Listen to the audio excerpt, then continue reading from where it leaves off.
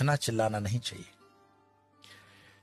हो सकता है कि पाकिस्तान से ये बात आती हो कि भारत को जो है कन्वर्ट कर लेंगे गजवाए हिंद, पर गजवाए हिंद करने की जरूरत ही नहीं पड़ेगी। कुछ सालों के अंदर वैसे ही उनकी पॉपुलेशन बढ़ जाएगी। आज इंग्लैंड और लंदन की स्थितियां देखते हो, शरीयत का कानून लंदन में लग रहा है, ऑस्ट्रेलिया में स्थितियां खराब हो गई है, जर्मनी में खराब हो गई।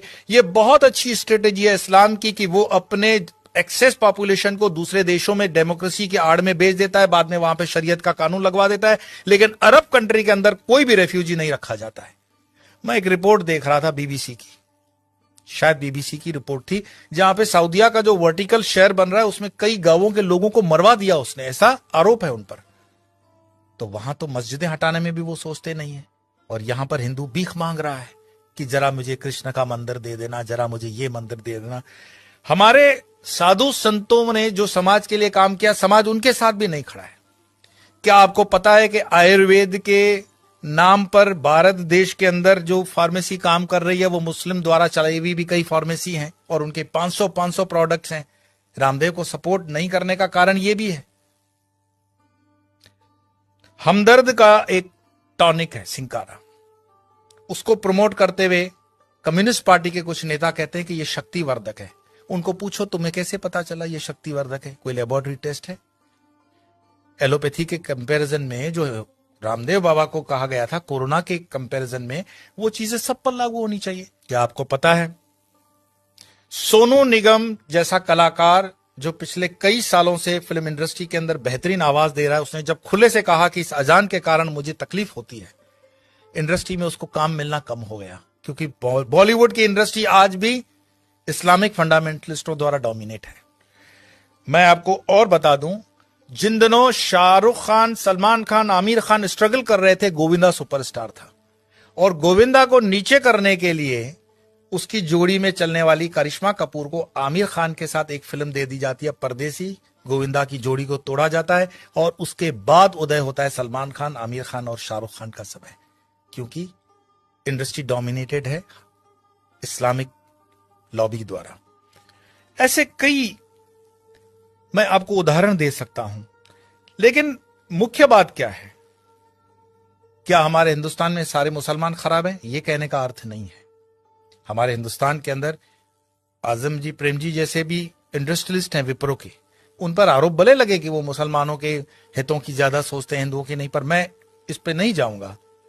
परंतु यहां मुसलमान न सिर्फ बढ़ रहे हैं, सुख संपन्नता के साथ बढ़ रहे हैं, ऐसा उस रिपोर्ट में कहा गया है। तो दुखी कौन हो रहा है? दुखी हो रहा है हिंदू। हिंदू क्यों दुखी हो रहा है? क्योंकि वो कर्महीन होकर के जीना चाहता है और बेवजह की फालतू चीजों में वो अटका हुआ है। अपनी ना तो वो स्किल को डेवलप कर पा रहा है और अपने हर छोटे छोटे उद्योग को छोड़ता जा रहा है। आज जब हम अपने आश्रम का भी काम करवाते हैं तो लेबर ढूंढने में हमें तकलीफ पड़ जाती है। देश के अंदर कोई बेरोजगारी प्राइवेट सेक्टर में नहीं है, लेकिन कोई रबिश होते हैं जर्नलिस्ट जो अपना खीसा गर्म करने के लिए, जनता को गुमराह करने के लिए अलग अलग रिपोर्ट्स देते हैं। देश के अंदर आज भी उतना ही रोजगार है, अगर युवान ठान ले तो बहुत कुछ कर सकता है, लेकिन जो आप जगह खाली करते हो वो दूसरा आता है। गुजरात के हाईवेज पे एक पूरी होटल्स की चेन है, वो चेन चलाते हैं चेलियास कम्युनिटी के लोग। चेलियास मुस्लिम कम्युनिटी है और उनकी इतनी यूनियन होती है कि उसमें दूसरा कोई होटल नहीं खोल सकता हिंदू। मैं पूरे गुजरात हाईवे की बात कर रहा हूं, नेशनल हाईवे नंबर 8। साल में सिर्फ 2-3 दिन ये होटलें बंद होती हैं।